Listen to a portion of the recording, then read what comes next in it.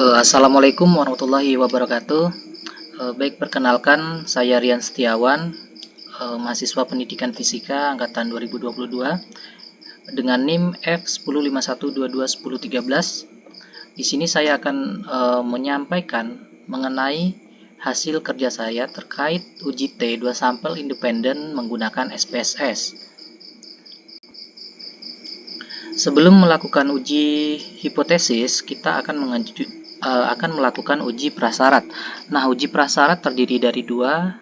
Pertama itu uji normalitas. Apa itu uji normalitas?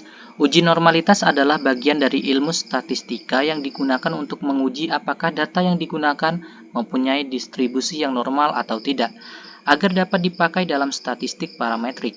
Data dikatakan berdistribusi normal apabila nilai signifikansi lebih besar dari 0,05, maka H0 dinyatakan diterima. Sebaliknya, jika signifikansi lebih kecil dari 0,05, maka H0 dinyatakan ditolak. Adapun langkah-langkah untuk melakukan uji normalitas menggunakan SPSS sebagai berikut.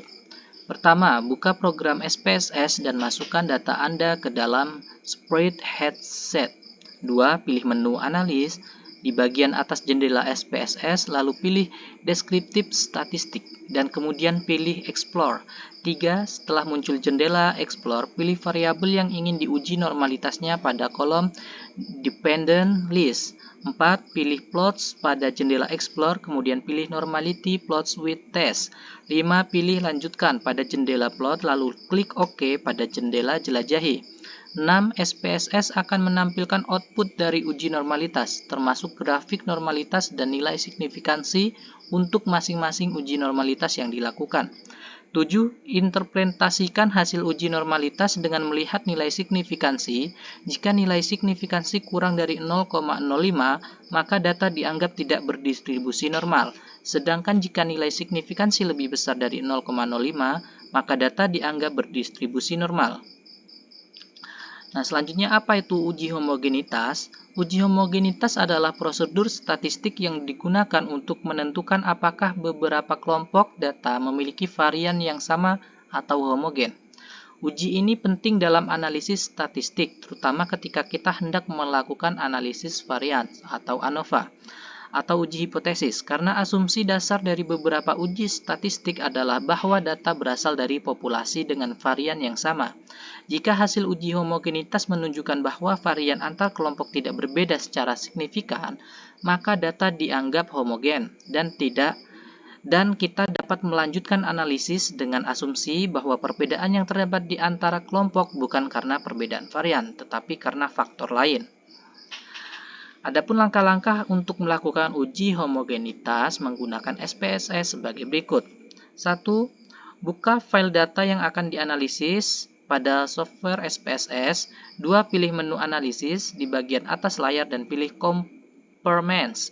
3. Pilih One Way ANOVA dari submenu yang muncul.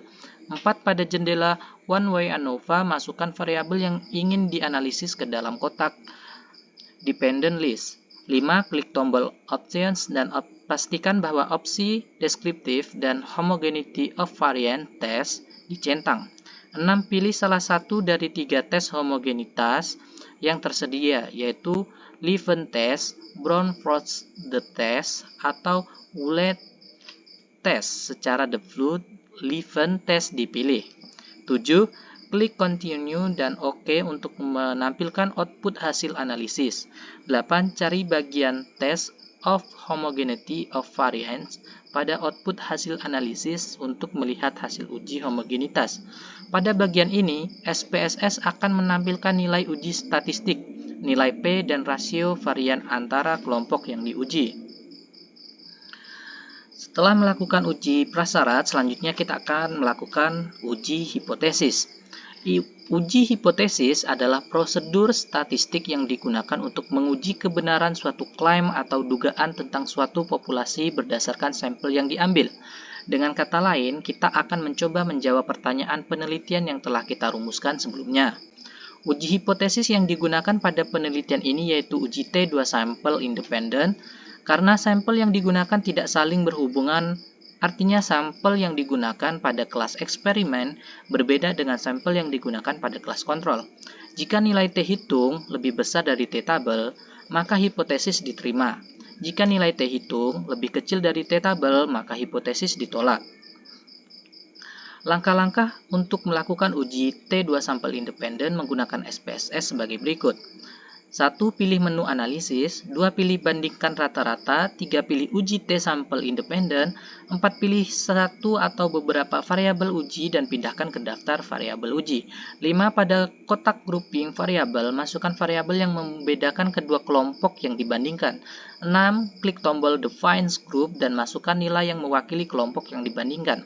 7. Klik tombol Options untuk memilih opsi tambahan, klik Continue dan OK untuk menampilkan hasil analisis.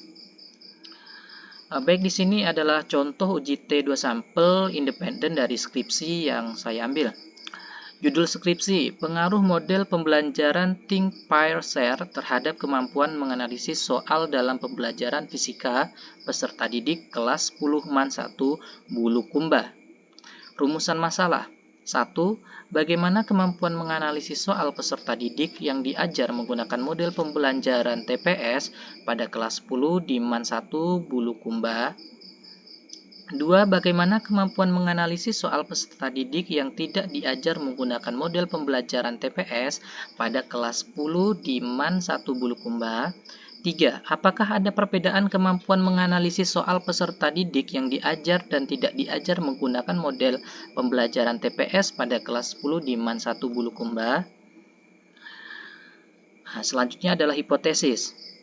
Hipotesis dinyatakan sebagai suatu kebenaran sementara dan merupakan dasar kerja serta panduan dalam analisis data. Berdasarkan rumusan masalah yang telah dibuat peneliti, maka hipotesis pada penelitian ini adalah H0 sama dengan tidak terdapat perbedaan kemampuan menganalisis soal signifikan antara peserta didik yang diajar dan yang tidak diajar menggunakan model pembelajaran TPS. H1 sama dengan terdapat perbedaan kemampuan menganalisis soal yang signifikan antara peserta didik yang diajar dan yang tidak diajar menggunakan model pembelajaran TPS. Berikut adalah data hasil penelitian yang dilakukan oleh peneliti. Terdapat data hasil penelitian kelas eksperimen dan data hasil penelitian kelas kontrol. Masing-masing data mempunyai 15 sampel. Selanjutnya adalah uji normalitas menggunakan SPSS pada kelas eksperimen. Berdasarkan tabel di atas, diperoleh nilai signifikan pada kolom kolmograf Smirnov sebesar 0,191 dan pada kolom Shapiro-Wills sebesar 0,202. Nilai signifikan tersebut lebih besar dari 0,05 sehingga dapat disimpulkan bahwa nilai hasil tes kemampuan menganalisis peserta didik pada kelas eksperimen terdistribusi normal. Pada grafik di atas, data dikatakan terdistribusi normal apabila titik-titik tersebut sejajar dengan garis kurva normal atau jarak antara titik-titik tersebut dengan garis kurva normal saling berdekatan. Hal ini berarti semakin jauh titik-titik tersebut dari garis kurva normal, maka data tersebut dikatakan tidak terdistribusi normal. Selanjutnya adalah uji normalitas menggunakan SPSS pada kelas kontrol. Berdasarkan tabel di atas, diperoleh nilai signifikansi pada kolom Kolmogorov Smirnov sebesar 0,215 dan pada kolom Shapiro-Wills sebesar 0,58. Nilai signifikan tersebut lebih besar dari 0,05, sehingga dapat disimpulkan bahwa nilai hasil tes kemampuan menganalisis peserta didik pada kelas kontrol terdistribusi normal.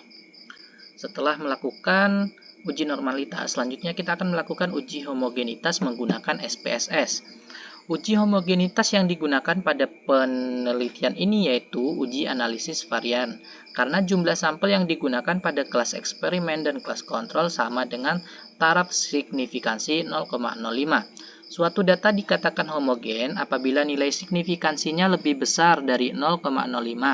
Berdasarkan tabel di samping, dapat dilihat bahwa nilai signifikan pada uji homogenitas dengan menggunakan program SPSS yaitu 0,105 sehingga data tersebut dapat dikatakan homogen karena 0,105 lebih besar dari 0,05. Hal tersebut menunjukkan bahwa nilai F hitung lebih kecil dari F tabel, sehingga dapat disimpulkan bahwa sampel pada kelas eksperimen dan kelas kontrol berasal dari populasi yang sama atau disebut juga homogen. Selanjutnya, uji T2 sampel independen menggunakan SPSS. Suatu penelitian dikatakan memiliki hipotesis yang terbukti apabila nilai signifikansinya lebih kecil dari 0,05, di mana H0 ditolak dan H1 diterima. Berdasarkan tabel di samping, dapat dilihat bahwa nilai signifikansi pada uji hipotesis dengan menggunakan program SPSS untuk uji T-tes yaitu 0,000, sehingga hipotesis pada penelitian ini dapat dikatakan terbukti karena lebih kecil dari 0,05. Artinya, terdapat perbedaan yang signifikan antara kemampuan menganalisis peserta didik yang diajar dan peserta didik yang tidak diajar dengan model pembelajaran TPS pada kelas 10 MIA pada kelas 10 MAN 1 Bulukumba. Baik, mungkin hanya sekian yang dapat saya sampaikan. Kurang dan lebihnya saya mohon maaf. Saya tutup. Wabillahi taufiq wal hidayah. Wassalamualaikum warahmatullahi wabarakatuh.